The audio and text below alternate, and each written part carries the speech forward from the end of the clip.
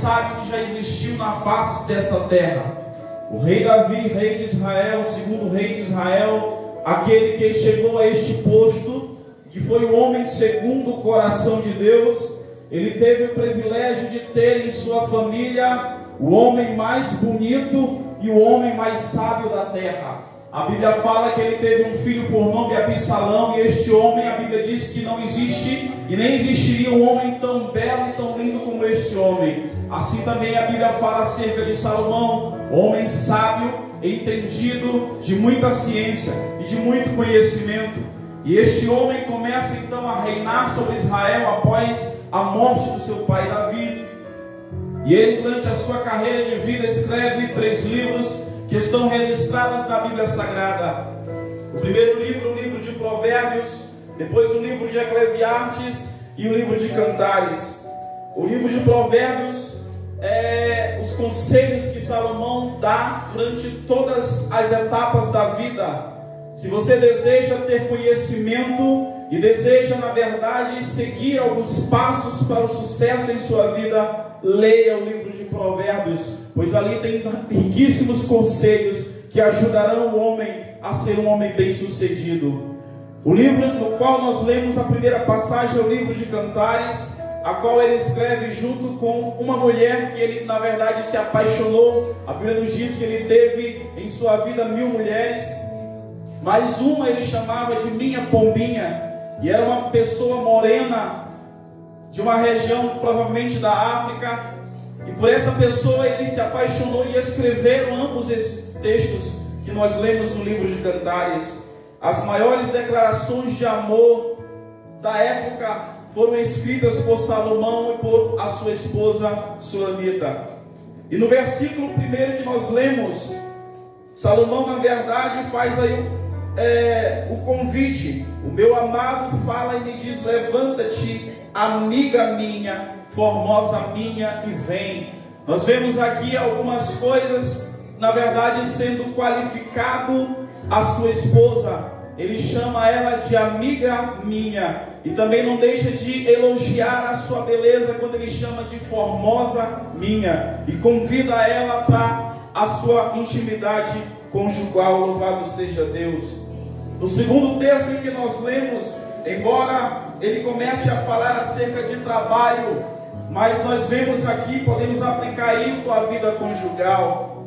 O primeiro versículo nos diz que é melhor serem 2 do que 1, e a gente vê isso na preocupação até do próprio Deus, porque quando Deus cria todas as coisas, todos os animais, tudo ele faz ali em par, porém o homem fica ali sozinho por algum tempo. E a Bíblia nos diz que Deus, então, ele olha a situação do homem e diz: não é bom que o homem esteja sozinho, lhe farei uma companheira que estará com ele, bendito seja Deus. Melhor sermos 2 do que 1, porque tem maior paga do seu trabalho. Porque se um cair, logo o outro vai ajudar a levantar. Essa é a vontade de Deus. Mas se estiver sozinho, cai e fica lá caído, porque não há quem o ajude. Também se dormirem os 2 juntos, um dará o calor ao outro. Mas se estiver sozinho, aquele que está sozinho passará frio. Louvado seja Deus. E o tema é muito importante, porque é o que tem sido necessário hoje em nossos dias. A amizade, o companheirismo entre as famílias, entre o casal, tem sido necessário ser alicerçada. Nós temos vivido dias em que ambos os lados trabalham. Há alguns anos atrás, a mulher não tinha esta liberdade, esta oportunidade que se tem hoje. Algum tempo atrás, a mulher não tinha direito de votar, não tinha o direito de trabalhar, não tinha o direito de estudar. Mas de um certo tempo para cá, isso mudou.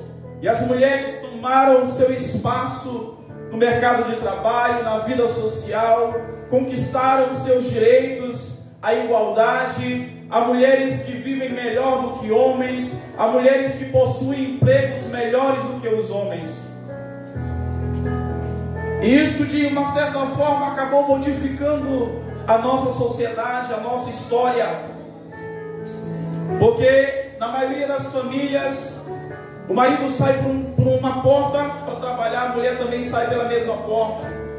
Passam um dia fora e o único momento em que se encontram juntos é à noite, quando ambos no fim do dia chegam do trabalho, entram talvez cansados para o seu quarto e ali tem um contato um com o outro. É esta a realidade da maioria das pessoas, dos casais dos nossos dias. E fica então difícil manter uma amizade, um companheirismo, sendo que a convivência durante o dia a dia fica prejudicada boa parte por conta dos afazeres de trabalho. Manter o companheirismo no casamento, por exemplo, significa que o casal deve ter uma relação baseada na lealdade, na fidelidade, no respeito, na compreensão e na igualdade. Todo casal que cultiva essas virtudes, que levanta esses pilares em seu relacionamento, são casais bem-sucedidos, são famílias que são, na verdade, exemplos para as demais famílias. Todos os casais que são leais entre si, que são fiéis um ao outro, que se respeitam, que têm compreensão em suas falhas e defeitos, conseguem ter uma vida plena, unida diante de Deus e da sociedade. E é bem verdade que a questão da igualdade, como já falei anteriormente, não se tem mais tanta diferença entre homem e mulher, porque a mulher já conquistou o seu espaço. O cenário da situação atual que nós vivemos, dia após dia, nós vemos a nossa família, os princípios e valores do casamento ser deturpado. Vemos nos nossos dias o casamento homoafetivo sendo incentivado pelas mídias sociais, pelos meios de comunicação, pelas músicas, pelas poesias, pelas novelas. Tudo que se passa neste mundo é a mensagem de que precisamos dar o direito a essas pessoas, mas nós não podemos perder os princípios da palavra de Deus. No mundo em que vivemos, nós vemos o casamento não sendo mais louvado como deveria ser. As pessoas se unem e não se casam mais. Se casam hoje, daqui a poucos meses se divorciam. Há uma pesquisa que diz que nos anos que se passaram aqui bem recentes, houve mais divórcio do que casamento. A questão de casamento ficou uma questão banalizada. Isso tudo porque muitas pessoas se deixam ser influenciadas pelo jogador de futebol, pela atriz da novela, que se casa hoje e amanhã já se divorcia. E nós temos vivido um tempo em que os homens têm traído as suas esposas, as esposas têm traído os seus maridos. E tudo isso tem feito as famílias adoecerem. É por isso que a sociedade está cheia de pessoas drogadas, de pessoas viciadas, cheia de pessoas que chegam no sinal, na saída de banco, roubam as pessoas. Por isso que muitas famílias do nosso país estão destruídas, porque a base que é o casal, o inimigo conseguiu então afastar e dividir.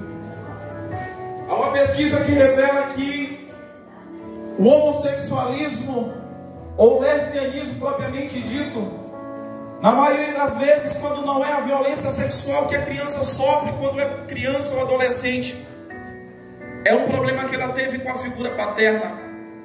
E o resumo do que nós temos visto isso são pais abandonando seus filhos, a sua esposa, as suas famílias, indo atrás de alguém mais novo.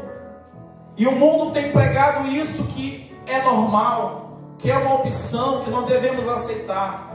Mas Deus nos trouxe aqui nesta noite para nos fazer lembrar da vontade de Deus para as nossas vidas. O que está faltando então nos relacionamentos dos nossos dias? O que será que tem faltado para fortalecermos a união entre o casal e a família? Primeiro, precisa-se valorizar a Deus, a fé e a família. As famílias estão destruídas no nosso país e no mundo afora, porque o homem tem esquecido do seu Criador. E quando o homem esquece de Deus, tudo em sua vida começa a dar errado. Ele pode viver momentos de uma falsa felicidade, mas no final, quando chega no final de semana, no fim do dia, ele vê que ele gastou um horror de dinheiro para ter aquele momento pequeno de uma falsa alegria. Ele vê as contas do cartão de crédito. E muitas vezes, isso tem levado as pessoas até tirarem as suas próprias vidas. Tudo isso porque o homem tem esquecido de servir a Deus como deve servir. No livro dos Salmos, no capítulo 33, o versículo de número 12 nos diz: bem-aventurado, feliz é a nação cujo Deus é o Senhor, e o povo ao qual Ele escolheu para a sua herança. Nós temos como exemplo a nação de Israel, um país pequeno, com poucos milhões de habitantes, muito menor do que o Brasil, mas é uma nação abençoada. No lugar deserto, eles conseguem produzir tantos frutos que nem o Brasil, na verdade, consegue produzir. Conseguem converter a água salgada em água doce, porque lá a água é escassa. Por quê? Porque Deus lhe deu por promessa aquela terra. Por muito tempo Israel viveu afastado de Deus, e por todos os momentos em que viveu afastado de Deus, veio o juízo de Deus sobre Israel. Foram levados como escravos, foram levados cativos. Mas quando Israel resolve se voltar a Deus, ele recebe novamente as bênçãos da promessa que Deus fez ao seu povo. E isso precisa acontecer nas nossas vidas, precisa acontecer na nossa nação. O Brasil precisa quebrar os seus ídolos. O Brasil precisa, na verdade, servir ao único e verdadeiro Deus, porque fazendo assim, todas as famílias deste Brasil serão abençoadas por Ele. Bendito seja Deus. O que mais então tem faltado? Além de valorizar a Deus na nossa vida conjugal, na nossa família, o que mais? Falta o diálogo. Na maioria das vezes, os casais eles não param para ter uma conversa. Alguém diz que casamento é uma empresa que não pode quebrar. De fato não pode. Quando nós trabalhamos em uma empresa, ou seja para a prefeitura, seja ela pública ou privada, nós temos que prestar conta de tudo aquilo que é colocado em nossas mãos. Temos que dar os relatórios de quanto entrou, de que lucro tivemos, de quais perdas tivemos. Assim também deve ser o casamento, assim também deve ser a vida conjugal. Eu preciso prestar conta à minha esposa, como também ela precisa prestar conta também para mim. E fazendo assim, nós conseguimos então nos acertar, nos alinhar à vontade de Deus. Nos nossos dias os casais não têm tido mais tempo para conversar. Chegam cansados do serviço, entram para dentro do seu quarto, se jogam numa cama. Às vezes nem a intimidade do casal conseguem realizar. E tudo isso tem feito os casamentos serem, na verdade, receberem dardos inflamados do maligno. E aos pouquinhos, aquilo, ao longo do tempo, vai, na verdade, afastando os casais e vai produzindo mais na frente um problema que pode surgir e eles não terem força para resolver. Portanto, irmãos, nós precisamos conversar todos os dias, prestarmos conta do nosso dia à nossa esposa, ao nosso esposo, para que o inimigo ele não venha, na verdade, nos tentar, para que ele não venha minar em nossa vida o mal. Outra coisa que tem faltado nos relacionamentos atuais é o romantismo. E isso aí as mulheres têm sofrido muito, porque o homem de hoje não é mais aquele homem que escreve uma cartinha como era antigamente. O homem de hoje não é mais aquele que manda uma mensagem ali no WhatsApp para sua esposa, talvez copiando ali um poema, uma frase bonita. E eu falo isso como homem que sou. Nós temos, na verdade, pecado nisso aí, irmãos. Precisamos dizer para nossa esposa que nós a amamos, que ela é a pessoa mais linda que nós encontramos nesta terra. Nós precisamos fazer isso, sabe por quê?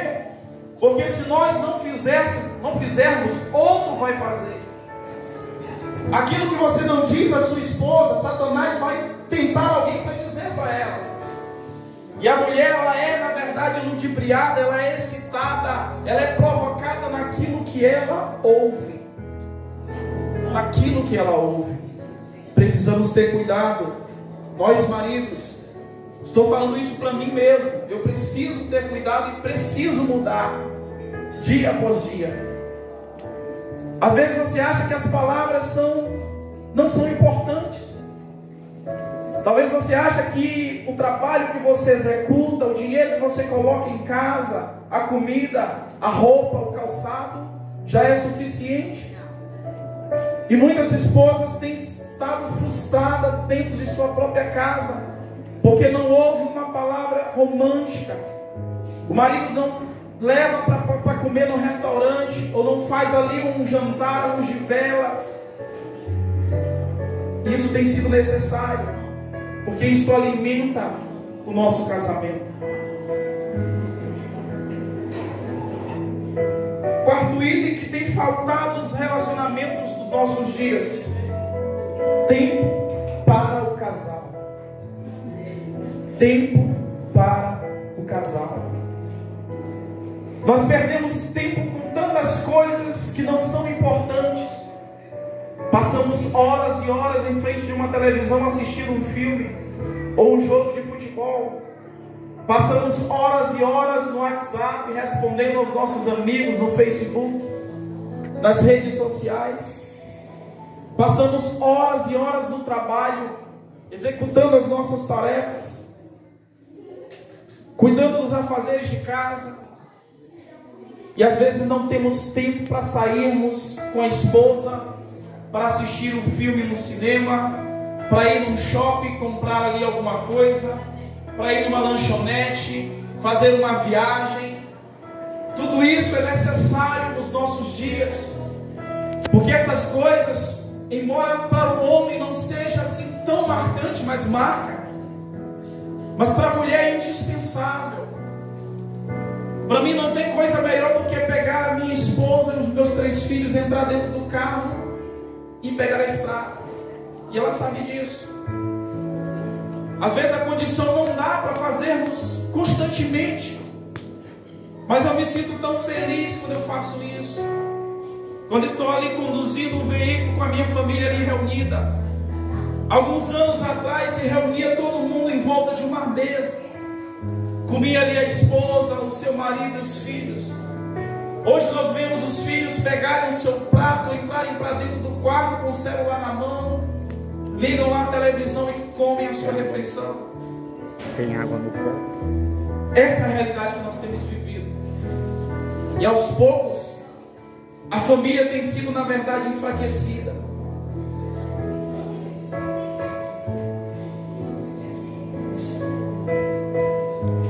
Nós precisamos voltar a fazer essas coisas. Sentar a família em volta da mesa, comermos juntos, passearmos. Isto marca na vida de um filho. Ver a mãe e o pai unidos, sem discutir na frente deles, isto marca a vida deles. E também os fortifica para que quando estiverem na fase que nós estamos agora, já de família constituída, eles também repetirem a mesma história que viram os seus pais fazerem. Precisamos ter tempo para nós. Na verdade, o tempo da mãe é mais dedicado aos filhos, porque a mãe é isso. A preocupação da mãe, se a casa pegar fogo, ela não quer saber de nada, é só dos filhos. Nem o marido ela se lembra nessa hora, mas os filhos estão, na verdade, em primeiro lugar. Nós precisamos ter tempos assim, irmãos. Levarmos os nossos filhos, levarmos a nossa esposa, para termos momentos de diversão, de descontração, de conversa, de companheirismo. Isso é cultivar a amizade e companheirismo no casamento. Em quinto lugar, priorizar o cônjuge. E a irmã já até adiantou aquilo que nós na verdade, queríamos falar. Hoje a gente prioriza muito os filhos e às vezes até a nossa mãe, o nosso pai, e deixa de priorizar o cônjuge. Talvez na hora do almoço a mulher chega, bota a comida para os filhos e por último o prato do esposo. Nós temos vivido isso. E o casal ele precisa disso, priorizar um ao outro. O esposo precisa priorizar, depois de Deus, é claro, a sua esposa. E a esposa precisa priorizar depois de Deus também o seu marido. Porque como falou a irmã no princípio, os filhos quando completarem a maioridade vão voar com as suas próprias asas. Alguns acabam indo para um outro estado, para um outro país, para uma outra cidade, e só visitam os pais em tempos de festa, no Natal, na Páscoa, quando está de férias ou um feriado. Mas o seu esposo e a sua esposa vão estar lá. É ele que vai te acompanhar na sua velhice, se assim Deus o permitir. Precisamos priorizar um ao outro. Sexto lugar, atenção à família. Hoje vemos jovens destruídos na prostituição, no mundo das drogas, na criminalidade, porque uma das partes ou ambas as partes não dirigiram atenção aos filhos, à família. Se for fazer uma pesquisa no Brasil e no mundo, todas as pessoas que são drogadas, que são ladrões, que são assassinos, tem algum problema com o pai ou com a mãe, teve um desprezo por uma das partes ou por ambas. Salvo se converter a Cristo, encontrar ali a igreja ou um familiar que tome aquela posição, aquele perfil, a figura do pai e da mãe, aí a vida será conduzida de uma outra forma. Eu falo isso por experiência própria. Eu não era para estar aqui, não era para estar servindo a Deus, talvez já era para estar debaixo de 7 palmos, porque a minha mãe e meu pai se separaram e eu cresci longe deles. Nunca tive a mão de mãe, muito menos de pai. O meu pai, embora estando em casa, mas era estava ali, mas não fazia a função de um pai. E eu louvo a Deus que Deus ele colocou na minha vida uma velhinha que me criou, que me ensinou os princípios, que me levou para a igreja. Muitas vezes eu ia obrigado, mas isso fortaleceu a minha fé e hoje eu estou aqui para a glória de Deus. Não esqueça de ter atenção à tua família, a atenção que ela merece, porque isso é bom e agradável a Deus. Em que áreas, na verdade, da vida devemos então ter amizade e companheirismo? Primeiro, nas atividades do lar. Esta é a maior reclamação das mulheres com relação aos homens. Nós homens herdamos aí uma cultura, isso é uma questão de cultura, de ensino. A maioria dos homens que talvez estão aqui tem um pouco de machismo. Acha que lavar o prato, varrer uma casa é coisa de mulher. Nós precisamos mudar esta mentalidade. Nós precisamos, na verdade, estar ali para ajudar. Porque quando a mulher estava sozinha em casa, o único trabalho dela era cuidar do lar. Era fácil. Mas hoje as maiorias das mulheres trabalham para ajudar a família. E quando chegam em casa, encontram ali tudo bagunçado, roupa virada, roupa suja, a louça do café da manhã e do almoço na pia. E é um grande desafio. E eu me dirijo aos homens nesta noite. Vamos mudar isso. Vamos dar valor ao trabalho que a mulher faz. Vamos ajudar. Porque fazendo assim, ambos descansarão ao mesmo tempo. Fazendo assim, ambos manterão a casa limpa. Isso evita um monte de problemas, irmãos. Tem casais que acabam até se divorciando por questões mínimas. Por um prato que foi colocado no lugar errado, pelo feijão que cozinhou e não deu tempo de amolecer. Coisas mínimas que acabam se tornando grandes problemas e afetam a vida à frente. Em Gênesis capítulo 2, versículo de número 18, nos diz assim: e o Senhor Deus diz: não é bom que o homem esteja sozinho, eu lhe farei uma ajudadora adequada para ele. Então o propósito de Deus aqui é que ambos se ajudem um ao outro. Esta é a vontade de Deus. Porque antes de surgir a mulher, o trabalho todo era de quem? Era de Adão. Era Adão que deveria podar as plantas, talvez alimentar os animais domésticos. Mas a nossa sociedade, ao decorrer da história, ela foi perdendo isso. Por conta do pecado, o homem se tornou machista e coloca uma grande carga em cima da mulher. E nós precisamos, na verdade, ter isso em mente. Precisamos ajudar nas atividades do lar. Em que momento deve-se ter amizade e companheirismo no casamento? Na intimidade sexual do casal. Gênesis capítulo 2, versículo 24. Portanto, deixe o homem o seu pai e a sua mãe, e apegue-se à sua mulher, e serão ambos uma só carne. Quando a Bíblia fala em uma só carne, logo se associa à questão sexual. Mas uma só carne está relacionada a todas as áreas das nossas vidas. É uma só carne nas decisões. É uma só carne na hora de comprar as coisas no comércio. É uma só carne na hora de educar os filhos. É uma só carne na hora da fé, de estar na igreja. É uma só carne em todas as horas da nossa vida. 1 de Paulo aos Coríntios, capítulo 6, versículo 3 ao 5, nos diz: o marido pague à mulher o que lhe é a devida benevolência, e da mesma forma a mulher ao marido. A mulher não tem poder sobre o seu próprio corpo, mas tem no marido. E também da mesma maneira o marido não tem poder sobre o seu próprio corpo, mas tem na mulher. Não vos priveis um ao outro, senão por consentimento mútuo, por algum tempo, para vos aplicardes ao jejum e à oração. E depois ajunteis outra vez, para que Satanás não vos tente na vossa incontinência.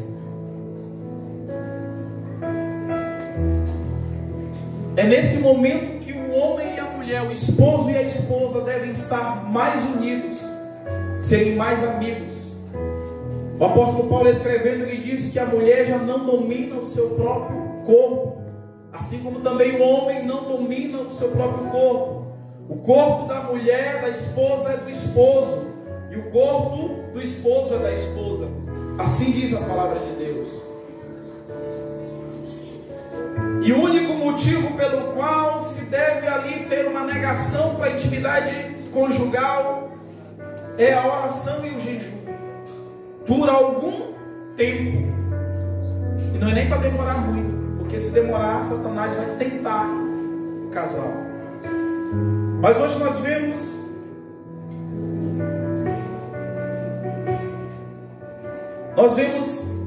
tanto o esposo como a esposa se negando um ao outro. Chegou cansado,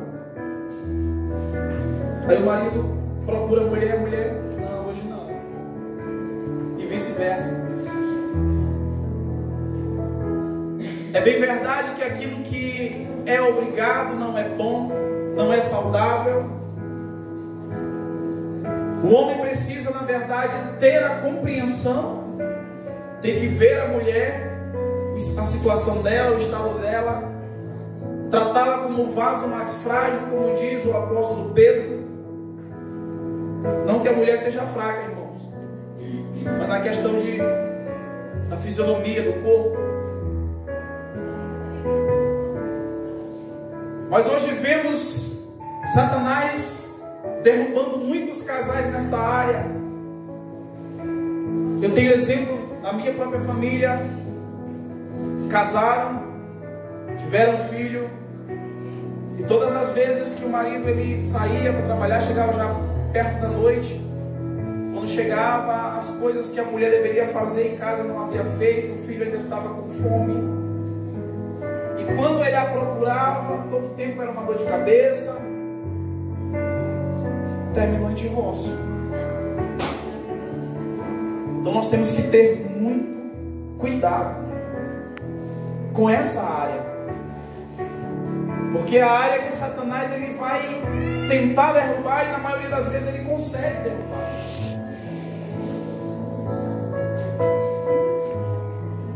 Alguém que diz que aquilo que o homem não encontra em casa, ele procura lá fora. Isso é comum para o mundo. As pessoas que estão lá no mundo, eles creem nisso, vivem isso. Mas nós precisamos ter cuidado, porque a palavra de Deus nos diz que se nós cedermos, estamos pecando um contra o outro e contra o nosso Deus. Terceira área em que deve haver amizade e companheirismo no casamento é na área da fé.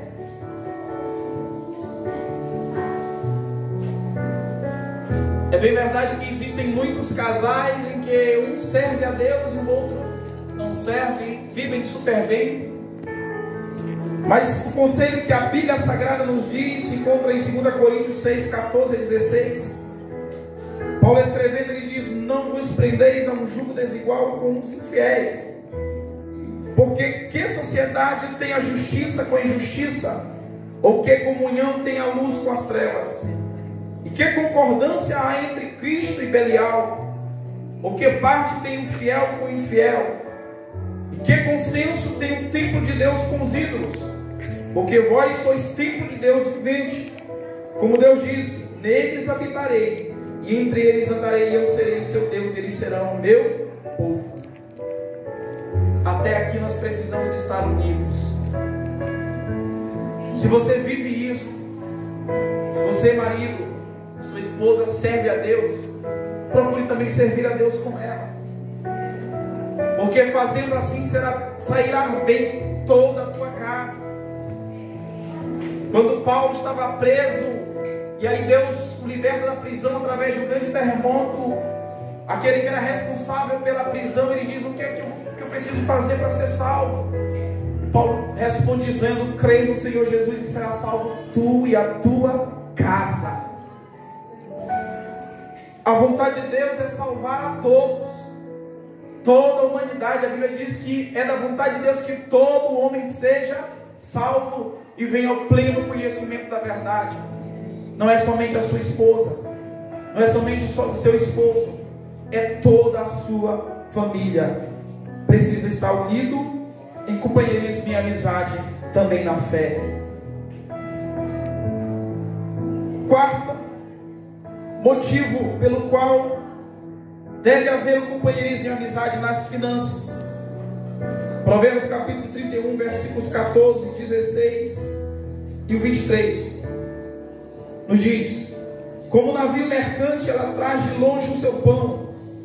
16. Examina uma propriedade e adquire-a.